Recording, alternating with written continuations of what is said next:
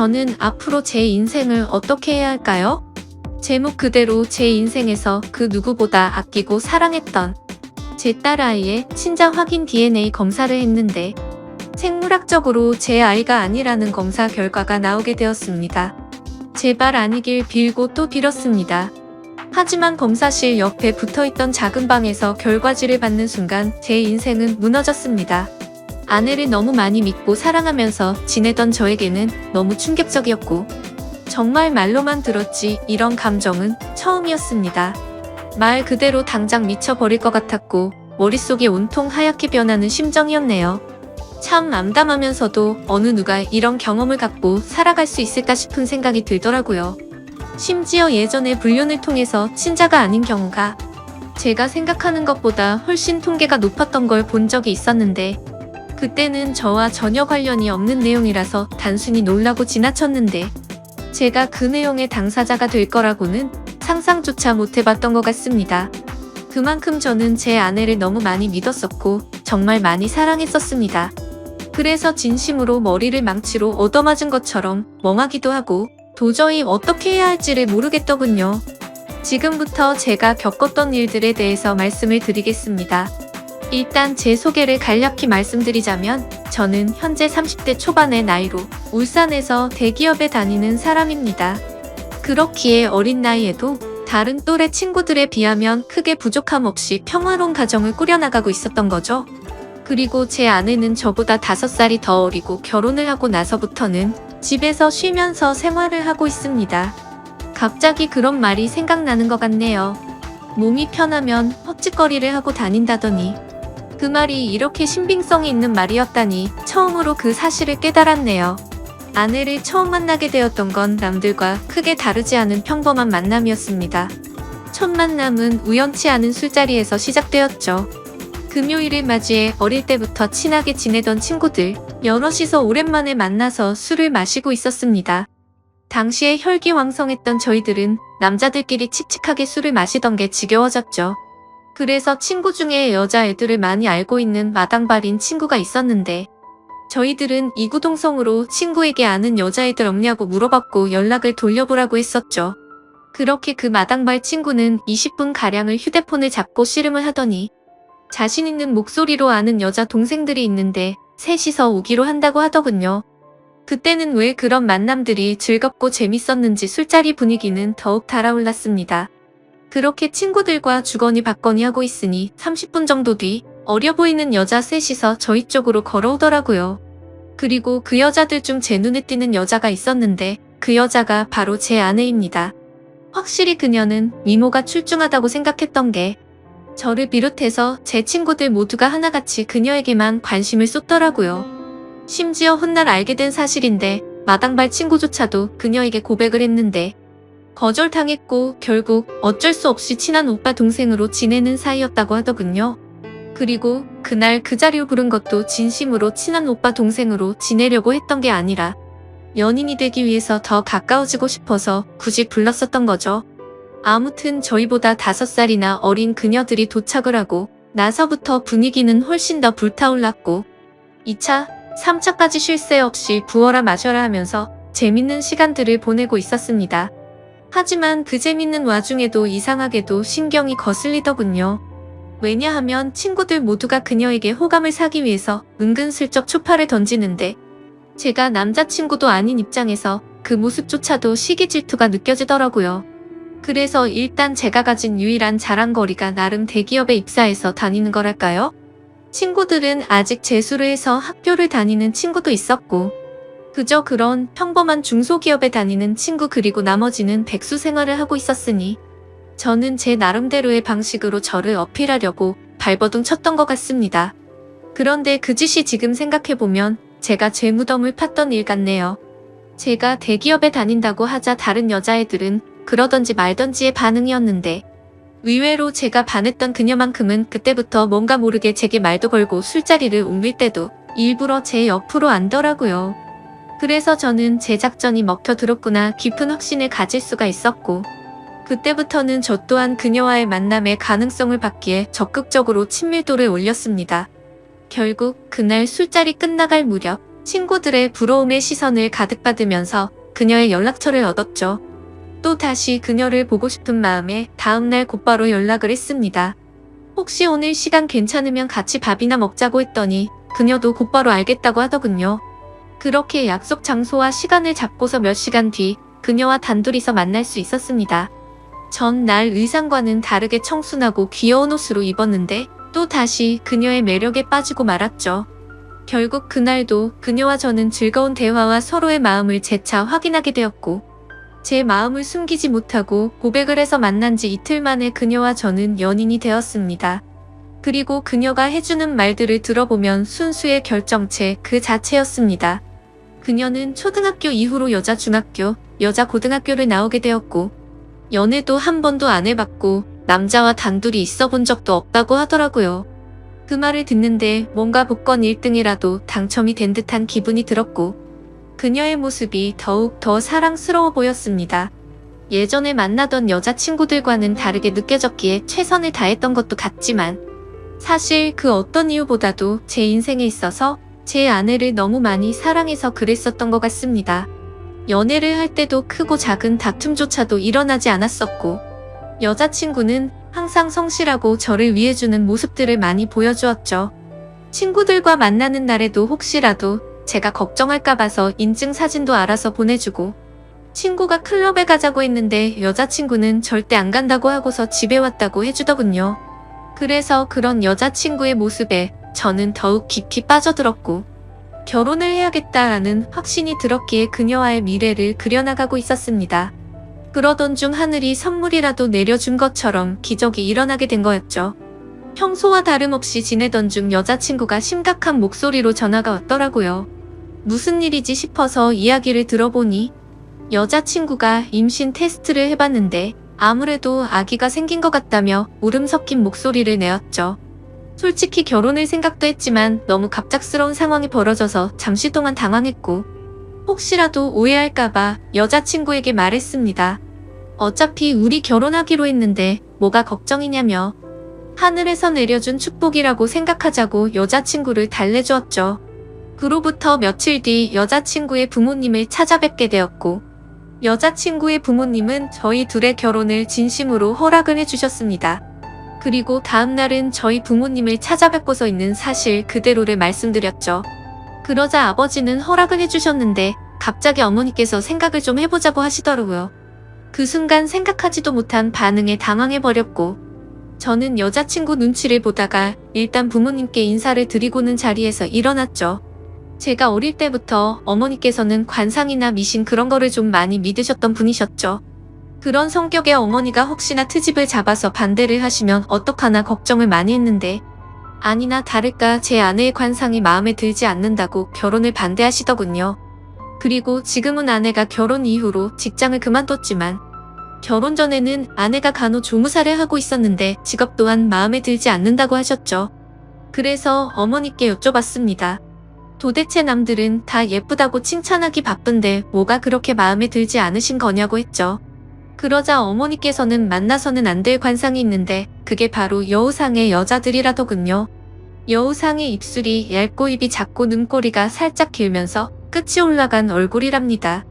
연예인 얼굴 생김새를 비유하자면 제 아내가 얼핏 보면 한예슬을 닮았습니다. 저는 그런 어머니의 주장에 도저히 이해할 수가 없었죠. 얼굴이 예쁘기만 한데 도대체 뭐가 문제냐고 짜증도 내보고 무릎까지 꿇어가면서 제발 허락을 해달라고 부탁도 드렸습니다. 하지만 저에게 돌아오는 말은 엄마 말 무시하다 큰일 치른다며 후회할 짓 하지 말라더군요. 결국 며칠 동안을 설득했지만 어머니는 계속 같은 말만 되풀이하셨죠.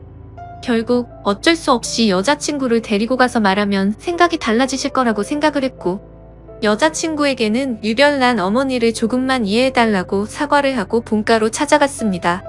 그날 저는 다시 한번 아내와 같이 어머니에게 결혼 허락을 해달라고 말씀드렸더니 어머니는 묵묵부답으로 대답조차 하지 않으시더라고요. 그래서 저는 어머니의 손주가 여기 이렇게 있는데 왜 반대를 하시냐고 했고 저는 아이의 아빠이자 여자친구와 아이의 인생을 책임져야 한다고 말했습니다. 솔직히 제가 그렇게까지 말하면 어쩔 수 없이 결혼을 허락해 주실 거라 생각을 했었죠. 하지만 어머니는 너무나도 심한 말을 제 아내에게 내뱉으셨습니다. 네 뱃속에 있는 아이가 진짜 우리 아들의 애가 맞냐고 하셨던 거죠. 그 말을 듣자마자 충격을 받은 저와 제 아내는 표정이 굳어버리되고 말았습니다.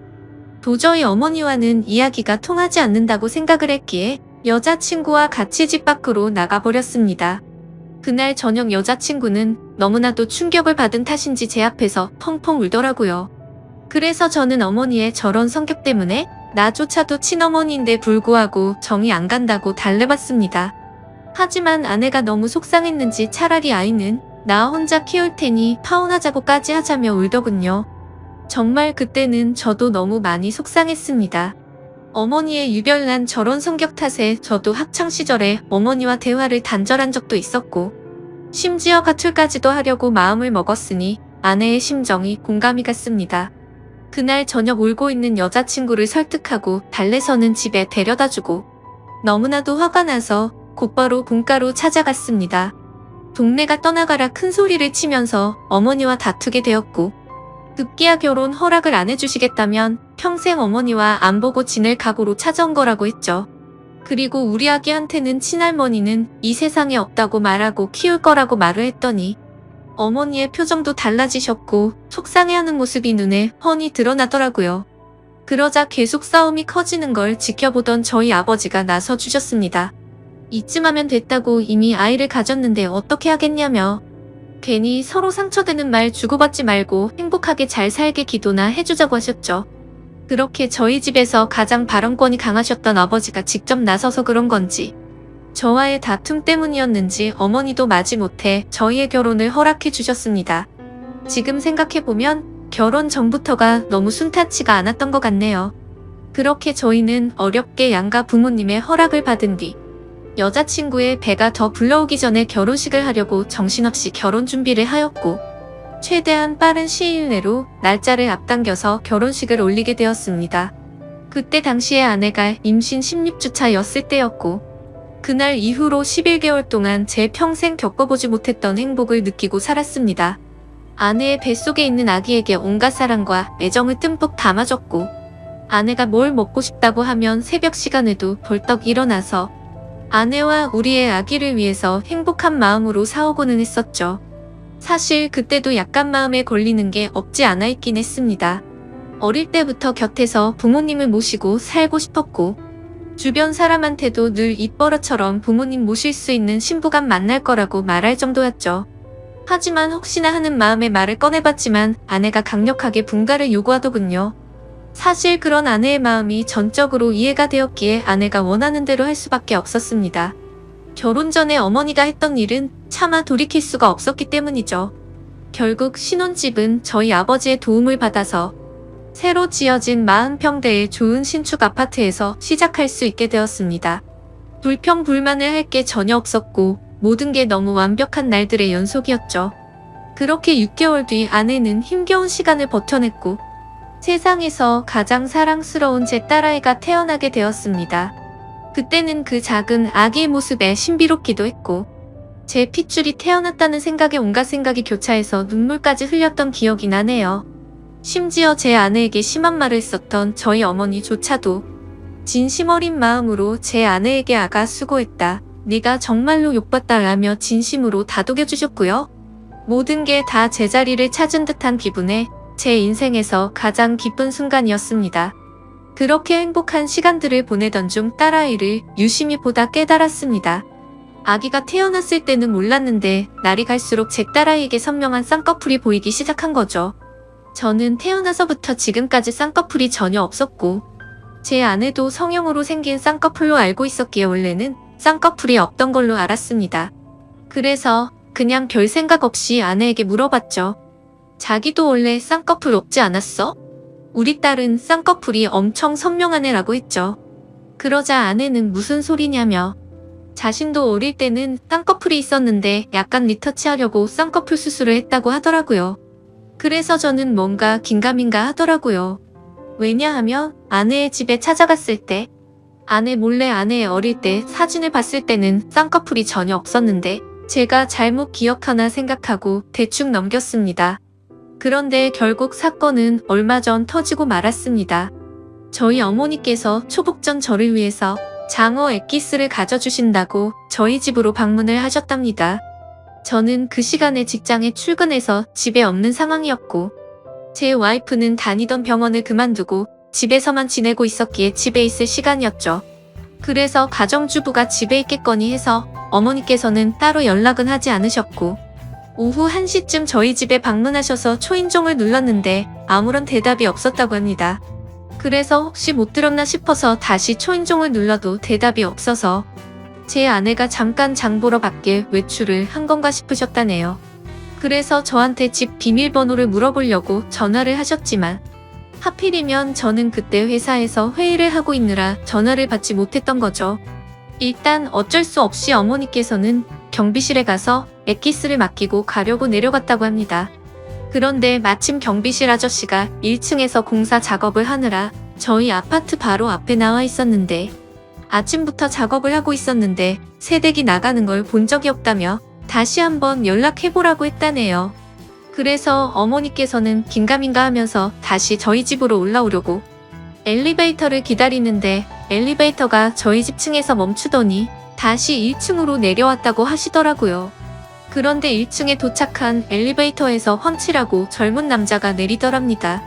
그래서 어머니께서 뭔가 찜찜한 마음으로 다시 저희 집으로 찾아갔고, 초인종을 눌러보니 그제서야 제 아내가 문을 열어줬다고 합니다. 그래서 아까부터 초인종 몇 번을 눌렀는데 왜 이제서야 문을 열어주냐고 화를 내자 아내는 세탁기를 돌리고 있느라 베란다에서 시끄러워서 못 들었다며 죄송하다고 사과를 했답니다. 그래서 그때는 그럴 수도 있겠구나 싶어서 그냥 넘어갔다고 합니다. 하지만 집 안으로 들어와서 뭔가 의심이 생기기 시작했다고 하시더라고요. 뭔가 은연중에 남자한테서 나는 향수 같은 냄새가 느껴졌고, 싱크대를 보니까 아직 설거지를 하지 않은 커피잔이 2잔이 있었다고 합니다. 그때부터 어머니께서는 여자의 직감으로 뭔가 숨기는 게 있구나 싶으셨답니다.